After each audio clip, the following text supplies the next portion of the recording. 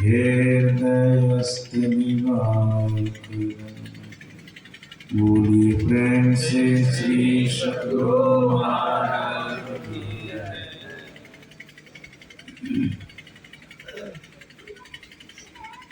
इस पावन स्थल पर मंचासीन पूज्य स्वामी रामानंद जी महाराज, समस्त सम्माननीय साधु समाज, हमारे आदरणीय गुरु संचालक महोदय श्री लखनऊ बाबू, परम आदरणीय सत्संग प्रेमी महानुभावों तथा आदरणीय माताओं एवं भक्तिमती बहनों, परमात्मा स्वरूप सद्गुरु महाराज की असीम अनुकंपा से हम सभी लोग संत मत के सत्संग में उपस्थित हैं। संत मत सत्संग के नियमानुकूल अभी यहाँ स्तुति विनती के बाद सदग्रंथ रामचरितमानस सार सटीक से पाठ हुआ। पाठ के अंदर लक्ष्मण मुनिषा संवाद था। इस संवाद के आधार पर, पाठ के आधार पर सत्संग का विषय बना कर्म और उसका फल। महापुरुषों ने कहनी कृपा की है, कर्म का सिद्धांत अकाट्य होता है। जब तक कर्ता अपने की कर्म का फल भोग नहीं लेता है, तब तक कर्ता का पीछा कर्म नहीं छोड़ता है। शास्त्र वचन है, अवश्यमेव भोक्तव्यम कृतं कर्म शुभाशुभम नावृत्तं क्षीयते कर्म कल्पकोटि शतैः। जब तक कर्ता अपने के कर्म का फल भोगता नहीं है, तब तक उसका पीछा कर्म छोड़ता नहीं है। इसलिए राजा भर्तृहरि ने कहा, संसार में मानव जो भी कुछ करता है, जब उनका शरीर छूटता है, सब कुछ यही रह जाता है, लेकिन जीव के साथ कर्म जाता है। राजा भर्तृहरि ने कहा, उनका वचन है, उनकी वाणी है, धनानि भूमो पशुवस्य गोष्ठे नारीगृहद्वारे सखा श्मशाने देहस्थितायां परलोक मार्गे कर्मानुगो गच्छति जीविये का। राजा भर्तृहरि कहते हैं, जब किन्हीं का शरीर छूटता है, कोई जीव शरीर का परित्याग करता है, तो जो भी वो कुछ किया सब कुछ यही छूट जाता है। धनानि भूमो, शरीर छूटा, जितना धन जमा किए थे सब भूमि पर पड़ा है, और रही जाता देखते ही किन्हीं के साथ थोड़ा सा भी धन जाता है, सब देख रहे, केवल सत्संग में याद दिलाया जाता है। देखते तो सभी लोग, धनानि भूमो, शरीर छूटा तो धन भूमि पर पड़ा रहेगा। पशुवश्य गोष्ठे, पशु पशुशाला में धारा जाता है। एक भी पशु किसी के साथ जाता है? नहीं जाता है। अब गाय को पाल लीजिए, भैंस को पाल लीजिए, किसी के साथ में एक भी गाय जाएगी, एक भी भैंस जाएगी। अब माता जी सब आजकल बकरी बहुत पालती है, एक कोठो बकरी लेकर के संग में जाएगी। पशुवश्य गोष्ठे, जितने पशु हैं सारे पशु पशुशाला में बने रहे। नारी गृह द्वारे, अगर पुरुष का शरीर छूटा है तो नारी कहाँ तक जाएगी? द्वार तक। प्राचीन काल में ऐसा नियम था कि नारी द्वार तक जाती थी, इसलिए राजा भर्तृहरि ने ऐसा लिखा, नारी गृह द्वार। अभी कलयुग चल रहा है ना, थोड़ा घोर कलयुग होते जा रहा धीरे धीरे। वैसे तो राजा भर्तृहरि भी कलयुगे में हुए हैं। सज्जना, ये कलयुग के शुरुआत में हुए हैं। उस समय तक अच्छा नियम था कि नारी द्वार तक जाती थी अगर पति का शरीर छूटता था। जो पतिव्रता स्त्री थी उनको सती होना होता था तो पति के साथ श्मशान घाट जाती थी, उनके साथ जल करके भस्म हो जाती थी। ये अपवाद में था। ऐसी भी महिला बहुत हुई, सती महिला, पति के मरने के बाद वो सती होती थी। नहीं तो नियम था सभी महिलाओं के लिए, वो द्वार तक जाती थी, द्वार से आगे नहीं बढ़ती। पति का शरीर छूटा तो द्वार तक जाती थी, लेकिन आजकल श्मशान घाट तक चली जाती है। ऐसा देखने में आता है, पति का शरीर छूटता है तो स्त्री श्मशान घाट तक जाती है, लेकिन ऐसा शास्त्र विधान नहीं है। महापुरुष का तो ऐसा नहीं करना चाहिए। तो आप कहिएगा महिला को श्मशान घाट क्यों नहीं जाना चाहिए, महिलाओं के लिए ऐसा शास्त्र विधान क्यों नहीं है? थोड़ा सा मैं आप लोगों को बता देता हूँ। हम लोगों के यहाँ वैदिक ग्रंथ में नियम में बताया गया है, जो भी व्यक्ति श्मशान घाट जाते हैं उनको बाल बनाना पड़ता है। महिला श्मशान घाट जाएगी तो बाल बनेगी? बाल को नहीं बनाएगी।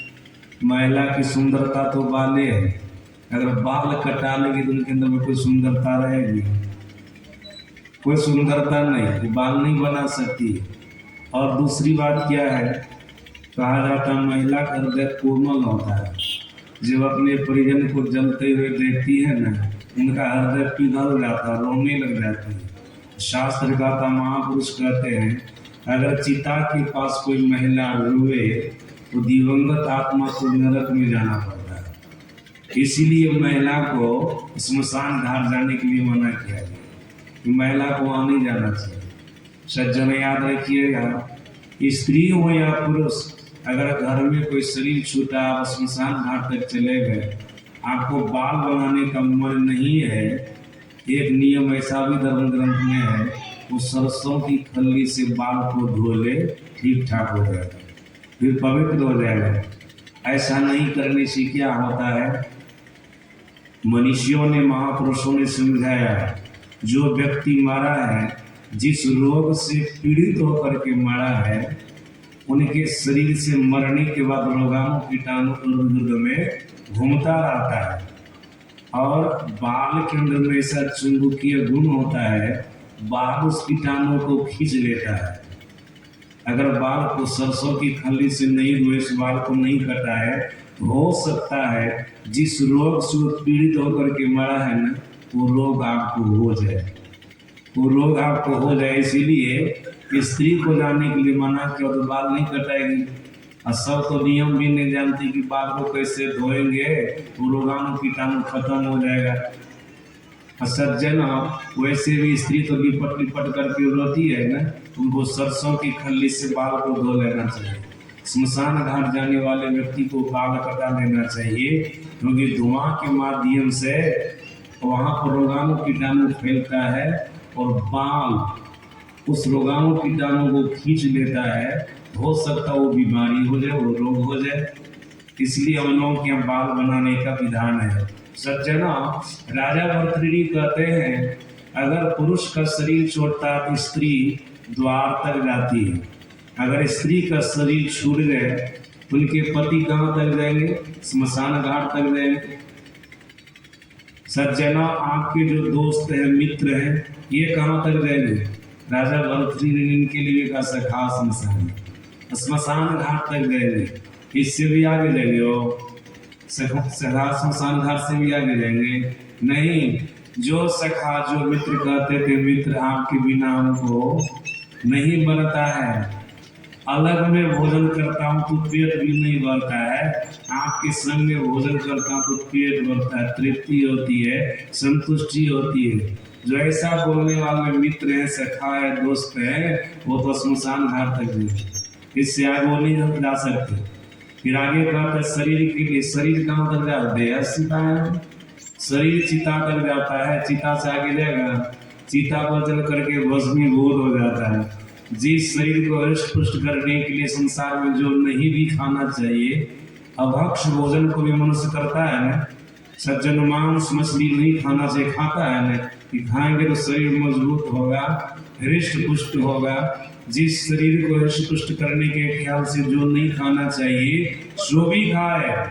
और शरीर को सुंदर बनाने के लिए लोग अपने शरीर में कौन कौन सी क्रीम नहीं लगाते हैं, लगाते देखते हैं। सज्जन महिला सब तो लगे हुए करती है, पुरुष सब भी लगाते हैं, लड़का सब तो खूब लगाता है। अब उनको ये पता नहीं है कि भगवान जैसा मुंह हमको दिया वैसा तो रहबे करेगा। अगर थोड़ी देर के लिए कोई क्रीम लगा करके चमका लेंगे तो चमकता रहेगा मुंह सब दिन, बस जैसा भगवान दिया वैसने रहेगा। कुप्पा का आदमी देखते विद्यार्थी से कुछ रहता है, सो करके उठेगा न, उधर से हाथ में क्रीम ले करके आएगा, खूब रगड़ेगा मुंह को।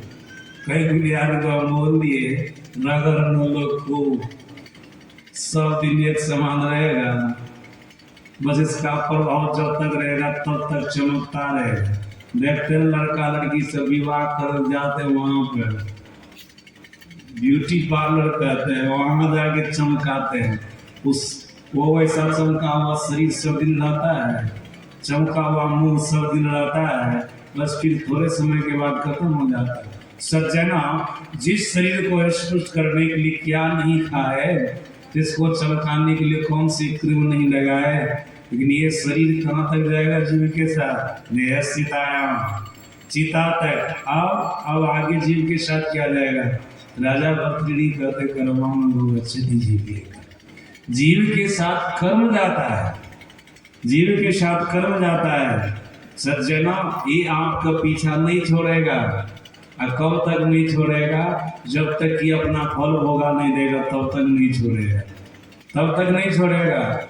जिस संसार में हम आप हैं ना, इस संसार को महापुरुषों ने कर्म क्षेत्र कहा है, और हम आपको जो मनुष्य का शरीर मिला है ना, ये कर्म प्रधान शरीर है। जब तक हम आप संसार में रहेंगे कर्म प्रधान वाला मनुष्य शरीर को लेकर के, तब तक तो कुछ न कुछ कर्म करना ही पड़ेगा। कर्म किए बगैर कोई रह सकते हैं?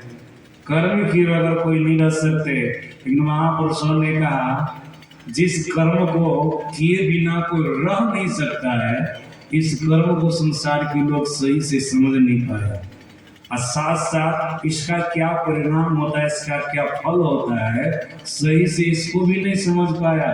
इसलिए भगवान श्री कृष्ण ने गीता में क्या कहा? गहना कर्मणो गति। कर्म की गति बहुत गहन होती है, जल्दी लोग इसको समझ नहीं पाते हैं। सज्जनों, जब वेद का अध्ययन करेंगे तो आपको पता चलेगा वेद भगवान कहते 3 प्रकार के कर्म होते हैं। वेद की दिशा है, वेद भगवान कहते हैं उदोत्तमं वरुणपाशं स्मतवाधनं विमध्यमं श्रद्धाय अथावयमादित्य वर्ते तवानादसो अदितयिष्यामि। वेद भगवान कहते 3 प्रकार के कर्म होते हैं, सात्विक कर्म, राजस कर्म और तामस कर्म। सज्जना, हमको नहीं लगता है कि आप लोग जितने यहाँ पंडाल में बैठे हैं सबको इस बात का पता होगा कि सात्विक कर्म क्या है, राजस कर्म क्या है, तामस कर्म क्या है। हम लोगों का जो मूल ग्रंथ वेद है उसमें ये बात आई है। सज्जन, आप लोग जानते हैं सात्विक कर्म किसे कहते हैं, राजस कर्म किसे कहते हैं, तामस कर्म किसे कहते हैं? हमको नहीं लग रहा कि आप लोग जान रहे हैं। सुनिए आप लोग, सज्जन, अहंकार के साथ नहीं बोल रहा हूँ, ये वेद वाणी है, इसको समझना सर्वसाधारण मुश्किल होता है।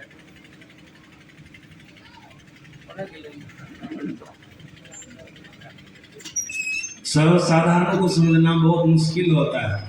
अगर आप लोग कोई जानते हैं तो बता सकते हैं कि सात्विक कर्म क्या है, राजस कर्म क्या है, तामस कर्म क्या है। सज्जनों सुनिए, सदगुरु महाराज इसकी व्याख्या किए हैं, मैं वो आप लोगों को सुना रहा। और मनुष्यों ने, महापुरुषों ने ही ऐसा कहा है, महापुरुषों ने भी ऐसा ही कहा है जैसा कि हम लोग के सदगुरु महाराज जी ने समझाया है। क्या है? सदगुरु महाराज जी ने कहा और मनुष्यों ने, महापुरुषों ने कहा सात्विक कर्म, दूसरे की भलाई के लिए जो कर्म करते हैं फलासा को छोड़ करके जो कर्म करते हैं, दूसरे के उपकार के लिए जो कर्म करते हैं, दूसरे के कल्याण के लिए जो कर्म करते हैं, इस कर्म का नाम है सात्विक कर्म। सज्जना, इस कर्म का परिणाम क्या होता है? वेद भगवान कहते हैं जो मनुष्य सात्विक कर्म करने वाला होता है, जो जीव सात्विक कर्म के बंधन से बंधता है, ऐसे जीवात्मा को परमात्मा सुख के स्थान में ले जाकर वहां के सुखों को भोगाकर उनसे उनको शिथिल कर देता है। सात्विक कर्म करने वाला जब शरीर का परित्याग करता है ना, उनको स्वर्ग मिलता है, ब्रह्मलोक मिलता है, वैकुंठ लोक मिलता है। सज्जना, ये सब सुख के स्थान है ना। जब वहां से धरती पर आता है तो धनाढ़ लोगों के घर में इनका जन्म होता है, जहां पर संसारिक सारे सुख के साधन होते हैं। वो आदमी जो चाहे संसार में करने के लिए वो कर ले। जैसा मकान में रहना चाहे वैसा मकान में रह ले, जैसा भोजन करना चाहे वैसा भोजन कर ले, जैसा कपड़ा पहनना चाहे वैसा कपड़ा पहन ले, जैसी गाड़ी पर चलना चाहे वैसी गाड़ी पर चल ले, हवाई जहाज पर चढ़ना चाहे तो हवाई जहाज पर चढ़ ले। इतना औकात उनके पास में रहता है। ये सात्विक कर्म का परिणाम है। शरीर छोड़ेंगे तब भी आपको सुख का स्थान, और जब शरीर में आवेंगे तब भी आपको सुख का स्थान प्राप्त होगा। ये सात्विक कर्म का परिणाम है। लेकिन सात्विक कर्म करने वाले संसार में बहुत कम लोग होते हैं, नहीं के बराबर होते हैं। बिल्कुल नहीं होता, ऐसा तो नहीं कर सकते, लेकिन नहीं के बराबर होते हैं सात्विक कर्म करने वाले। ये सात्विक कर्म था, उसका परिणाम था जो मैं आप लोगों को सुनाया। और राजस कर्म किसे कहते हैं? सज्जनों जो सकाम भाव से कर्म करते हैं, फलासा को रख करके कर्म करते हैं। कोई भी कर्म कर रहे हैं, आपको फल पाने की इच्छा है, इसके बदले में हमको कुछ मिलना चाहिए, इस कर्म का नाम है राजस कर्म। और हम लोगों के सदगुरु महाराज जी ने बहुत बढ़िया से समझाया, मिला जुला कर्म को राजस कर्म कहते हैं। मिला जुला कर्म क्या होता है? कुछ पाप कर्म, कुछ पुण्य कर्म, ये मिला जुला कर्म हुआ। सज्जनों में तो हम सभी लोग हैं। हम लोग सत्संग ध्यान भी करते हैं, सत्कर्म भी करते हैं। जब मौका आता तो कुछ पापों कर्म कर देते हैं।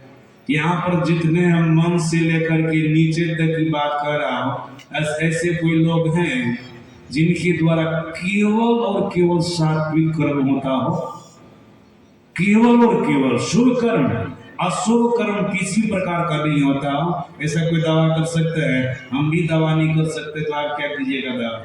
सज्जना, हम लोगों की अवतारी पुरुष भगवान श्री राम आए, उनसे भी राजस कर्म हुआ ना, उनसे भी राजस कर्म हुआ। आप कहेंगे राजस कर्म क्या हुआ? सज्जनों, बाली को छिप करके मारे तो बाली ने क्या कहा? धर्म हेतु अब तेरे गोसाई मारे मोहि दिया दिखी नहीं। गुरु महाराज जी के प्रवचन में मैंने पढ़ा, गुरु महाराज जी ने कहा श्री राम से भी उंगली दिखाने वाला काम हो गया। गुरु महाराज जी ने कहा बाली उंगली दिखा दिया ना कि अब अवतारी पुरुष है, भगवान घटिया काम कर रहे हैं। भगवान होकर के वृक्ष की ओट में जाकर के छिप करके मारे हैं। सज्जनों, भगवान ने कहा तुमको ऐसा वरदान था ऋषि की बात को रखने के लिए, हमने ऐसा किया। सज्जनों, किसी भी तरह से घटिया काम न होगा। घटिया काम सहज से कीजिए कि लाचारी में कीजिए, तो घटिया तो घटिया होता है ना, घटिया तो घटिया होता है। सज्जनों, ये राजस कर्म है और आप सभी लोग जानते हैं इसका भी परिणाम श्री राम को भोगना पड़ा। द्वापर युग में कृष्णावतार लिए, वही बाली जरा नाम का व्याध बना, उनके पैर में भगवान कृष्ण के पैर में बाण मारा, उनसे उनका शरीर छूट गया।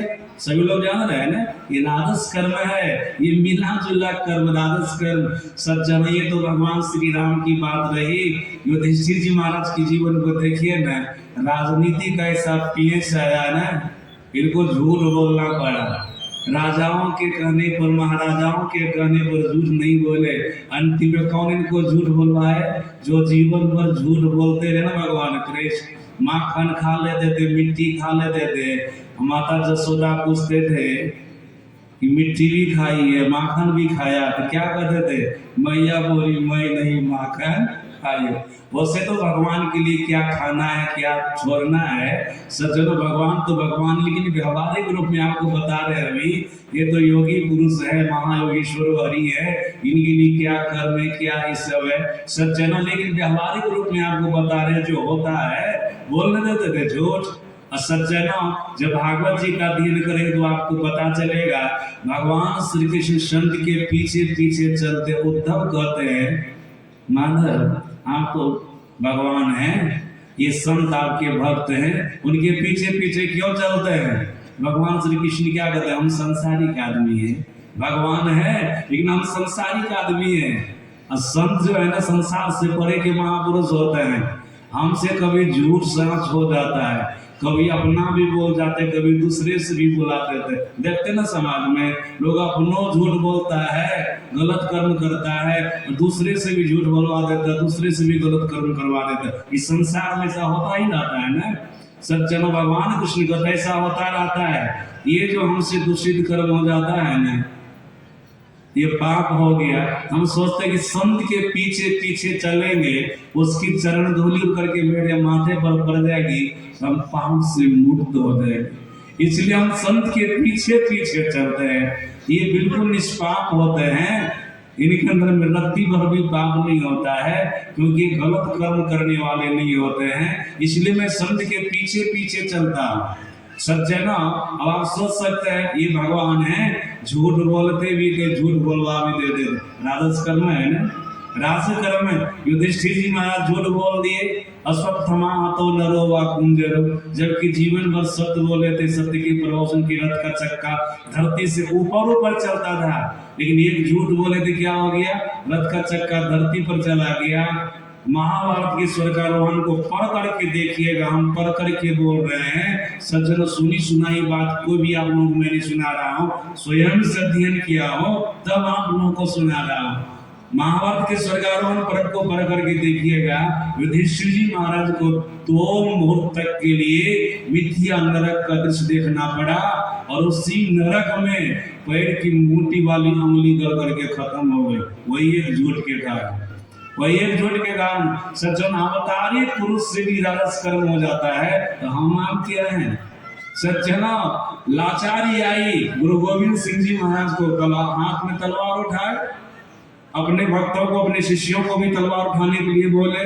और सदगुरु महाराज जी भी बोले थे, जब चीन से और भारत से युद्ध चल रहा था तो गुरु महाराज जी ने क्या कहा था? वैसे तो हमारा शरीर अभी वृद्ध हो गया है, मेरी अवस्था जर्जरा अवस्था है, अगर देश की रक्षा के लिए सरकार हमको कहेगी ना तो मैं भी बॉर्डर पर जाकर के युद्ध करूंगा। तो वहां जो युद्ध करते हिंसा और राजस कर्म हुआ ना सज्जना, केवल हम ही लोग राजस कर्म के चक्कर में नहीं है, अवतारी पुरुष से भी कभी कभी संत लोगों की भी जीवन व्यवस्था आती है तो राजस कर्म हो जाता है, राजस कर्म हो जाता है। वेद भगवान कहते हैं जो राजस कर्म करने वाले जीव होते हैं जिससे राजस कर्म हो जाता है न, ऐसे जीवात्मा को परमात्मा सुख दुख के स्थान में भेजकर वहां के सुख दुख को भोगा कर उनसे उनको शिथिल कर देता है। सुख दुख के स्थान में जाएंगे सज्जन, अच्छा कर्म है उसका परिणाम स्वर्ग ब्रह्म लोक वैकुंठ लोक जाएंगे, धरती पर भी बढ़िया घर परिवार मिलेगा, मनुष्य शरीर मिलेगा। लेकिन बुरा कर्म हो गया, हो सकता है वृक्ष पहाड़ के भी शरीर में जा सकते हैं, पशु पक्षी के भी शरीर में जा सकते हैं, जहां तहां जा सकते हैं, जहां तहां जा सकते हैं। वैसे तो गीता में भगवान श्री कृष्ण का राजस कर्म करने वाले को मनुष्य का शरीर मिलता है सज्जनों। वेद में ये है और गीता में ये मैं दोनों आप लोगों को बता दिया सज्जन। अब तीसरा कर्म है वेद का तामस कर्म। तामस कर्म किसे कहते हैं? दूसरे को दुख देने के लिए जो आप कर्म करते हैं, दूसरे को कष्ट पहुंचाने के लिए जो आप कर्म करते हैं। कैसे बहुत ऐसे नीच लोग होते हैं ना, हम नष्ट हो जाएंगे तो नष्ट हो जाएंगे, फलाने को नष्ट करके छोड़ेंगे। ऐसा भी होता है ना संसार में आदमी, हमारा घर उजड़ जाएगा तो उजड़ जाएगा, लेकिन फलाने के घर को उजाड़ करके छोड़ेंगे। ऐसा समाज में आदमी मिलता है ना आप लोगों को, एक आध पीस तो मिल ही जाता होगा, एक आध पीस की तरह ज्यादा ही मिलता होगा ऐसा आदमी सज्जना। अपना नष्ट होकर के भी दूसरे को नष्ट करना चाहता है, ओला पोला की तरह सज्जन। ये सब अपना नष्ट होकर के फसल को नष्ट कर देता है ना, उसी प्रकार से दुष्ट आदमी जो होता है ना, अपना नष्ट होकर के भी दूसरे को नष्ट करना चाहता है। ये क्या ऐसा जो करते तामस कर्म है, दूसरे को हर तरह से दुख पहुंचाने का प्रयास करते हैं, अपनी जान गंवा करके भी, अपना प्राण गंवा करके भी दूसरे को दुख में पहुंचाने का काम करते हैं। ये है तामस कर्म। आप लोग तो सुने ही होंगे वृखासुर का नाम। वृखासुर एक राक्षस हो गया, इनका बाद में नाम पड़ा भस्मासुर। ये वृखासुर भस्मासुर सज्जन भगवान शंकर के नाम पर तप किया, कठोर तप किया। भगवान शंकर प्रकट हो गए, भगवान शंकर का दर्शन हुआ, भगवान शंकर बोले मांगो वरदान। ये वृखासुर देखिए किसके लिए तप किया था, उसकी बुद्धि देखिए कैसी बुद्धि है, कैसी कुत्सित बुद्धि है इनकी। भस्मासुर क्या कहता है, वृखासुर क्या कहता है, बोले नाथ अगर आप हमारी तपस्या से प्रसन्न हैं, हमको आप वरदान देना चाहते हैं, ये वरदान दीजिए कि जिसके माथे पर मैं हाथ रखूं वो जल करके भस्म हो जाए, उसका सब कुछ हमारा हो जाए। ये नीचे आदमी है ना, जिनके माथे पर देखिए बढ़िया विचार है, बढ़िया वरदान है ये, जिसके माथे पर मैं हाथ रखूं जल करके भस्म हो जाए, उसका सब कुछ हमारा हो जाए। अब भगवान बोले ना वैसे ऑर्डर दाने बोले तो था वैसा ही होगा। दे दिए वरदान, और वरदान लेकर के वृखासुर चला वहां से। रास्ते में नारद जी मिले गए। नारद जी ने कहा वृखासुर कहाँ गया था, का तप करने गए थे। किनके नाम पर तप किया, भगवान शंकर के नाम पर। दर्शन हुआ, कहाँ वरदान मिला, वरदान में मिल गया। वरदान कौन सा मिला, यही वरदान हम मांगे थे कि जिसके माथे पर मैं हाथ रख वो जल करके भस्म हो जाएगा, मिल गया हमको। अब नारद जी विचार कर दे, सब पापी आदमी संसार को सुना कर देगा, सबके माथे पर हाथ रखता जाएगा, सब कुछ जलाता जाएगा, सबका सब कुछ भसकता जाएगा, लेता जाएगा, संसार को चौपट कर देगा।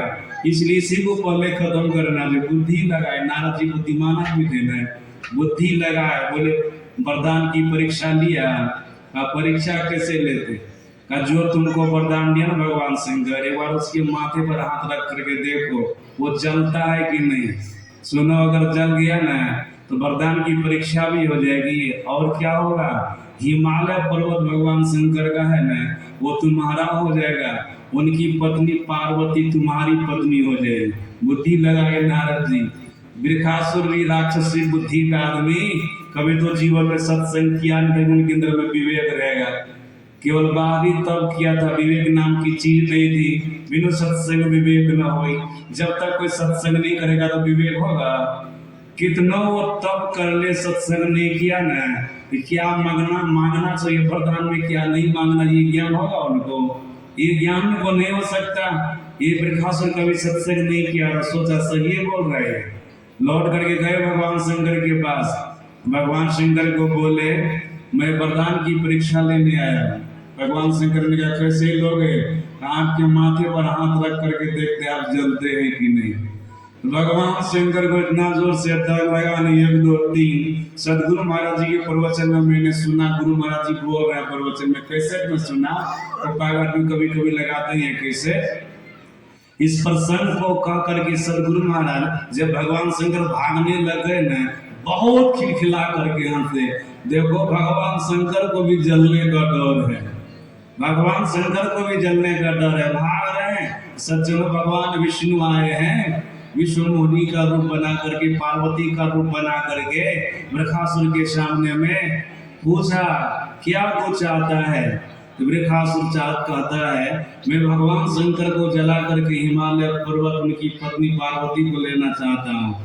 तो पार्वती के रूप में थे, विष्णु मुनि के रूप में भगवान विष्णु बोले मैं तैयार हूँ, मैं पार्वती हूँ, भगवान भोलेनाथ की अर्धांगिनी, मैं तैयार हूँ तुम्हारे साथ रहने के लिए। है तो भगवान विष्णु ने वेश बदल कर के आए, काय गिरा दिए सज्जनों का तैयार हूँ, लेकिन हमको तुम तभी रख सकते हो, तुम्हारा विवाह हमसे तभी हो सकता है जब तुम नाच करके हमको दिखला दोगे। वृखासुर का तो हमको नाचने तो नहीं आता है, भगवान विष्णु का तो मैं नाचने के लिए सिखा देता हूँ। सज्जना भगवान विष्णु कहते हैं एक हाथ कमर पर रखो और दूसरा हाथ माथे पर रखो। और नाचो, ऐसा करके दिखा भी दिए भगवान, ऐसे नाचो। याद रखिएगा, जैसे वृषासुर अपने माता पर हाथ रखा न, डरा पर हाथ रख करके माता पर हाथ रखा न, वैसे जल करके भस्म हो गया। क्योंकि वरदान उसको ऐसा मिला था, जिसके माथे पर तुम हाथ रखोगे वो जल करके भस्म हो जाएगा। ऐसा थोड़े कहा था कि तू अपने माथे पर हाथ रखोगे तुम नहीं जलोगे, ऐसा नहीं। जिसके माथे पर तुम हाथ रखोगे ना, वो जल करके भस्म हो जाएगा। इसलिए तो लक्ष्मीनाथ परमदेव जी महाराज ने भी कहा, अपने बनावन कारण दानव भस्मासुर वर पायो, जरि गए माता हाथ ली छुअत महादेव सुख पाए। वही जल करके भस्म हो गया। सज्जन ऐसा भी दुष्ट होता है जो संसार को उजाड़ करके, संसार को नष्ट करके, संसार में अकेला एक छत्र सुख पाना चाहता है। इनके द्वारा जो कर्म होता है ना, वो तामस कर्म होता है। शास्त्र कहता है, महापुरुष कहते हैं, और खास करके वीर भगवान कहते हैं, जो तामस कर्म करने वाला जीव होता है ना, ऐसे जीव को परमात्मा सदा के लिए दुख के स्थान में भेजकर वहां के दुखों को भोगाकर उनसे उनको शिथिल कर देता है। दुख का स्थान सज्जनों नरक है, नरक है। और अगर आप धरती पर आवेंगे तो वृक्ष पहाड़ के शरीर में चले जाएंगे, पशु पक्षी के शरीर में चले जाएंगे, ये सब दुखे का स्थान है। और अगर मनुष्य शरीर में आएंगे ना, तो बिल्कुल दरिद्र घर में आपका जन्म होगा। नहीं दरिद्र समझे दुख माही, दरिद्र के समान संसार में और कोई दुखी आदमी नहीं होता। उस घर में आपका जन्म हो जाएगा। सज्जना, मनुष्य के शरीर में भी आ गए ना, बस हाँ कोड़ा कोड़ा वाला शरीर को लेकर के आवेंगे, बिल्कुल, जिससे आप धरती पर चल भी नहीं सकते हैं, सांप के तरह केवल रेंग सकते हैं, चल नहीं सकते।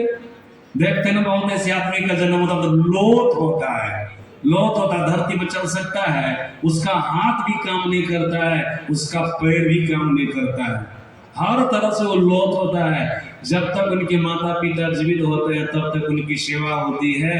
जब माता पिता शरीर छोड़ देते तब उनका भी बस थोड़े समय के बाद नाम सब हो जाता है। उनकी सेवा करने वाला को नहीं होता है। शरीर पर रेंगने वाला, धरती पर रेंगने वाला शरीर उनको मिल जाता है। मनुष्य के शरीर में भी आ गया तब भी अपंग होकर गया, लोला नंगड़ा बन करके आया। सज्जन, ये क्या है? ये तामस कर्म का परिणाम है, ये तामस कर्म का परिणाम है। वेद भगवान कहते जो तामस कर्म करने वाला जीव होता है, ऐसे जीव को परमात्मा केवल और केवल दुख के स्थान में भेजकर उनको दुख को भगा करके उनसे उनको शिथिल कर देता है। सज्जना, ये वेद के 3 प्रकार के कर्म थे। जब आप उपनिषद में प्रवेश करेंगे तो वहां पर भी आपको 3 प्रकार के कर्म मिलेंगे। 3 प्रकार के कर्म, क्रियमाणा संचिता प्रारब्धा। ये उपनिषद के ऋषि कहते हैं 3 प्रकार के कर्म होते हैं, क्रियमान कर्म, संचित कर्म और प्रारब्ध कर्म। सज्जनों, क्रियमान कर्म क्या है? क्रियमान कर्म वर्तमान समय में जो हमको शुभ शुभ कर्म कर रहे हैं, सात्विक कर्म, राजस कर्म, तामस कर्म, जो भी कुछ कर रहे हैं, ये क्रियमान कर्म कहलाता है। जब यही जमा होता तो संचित कहलाता है।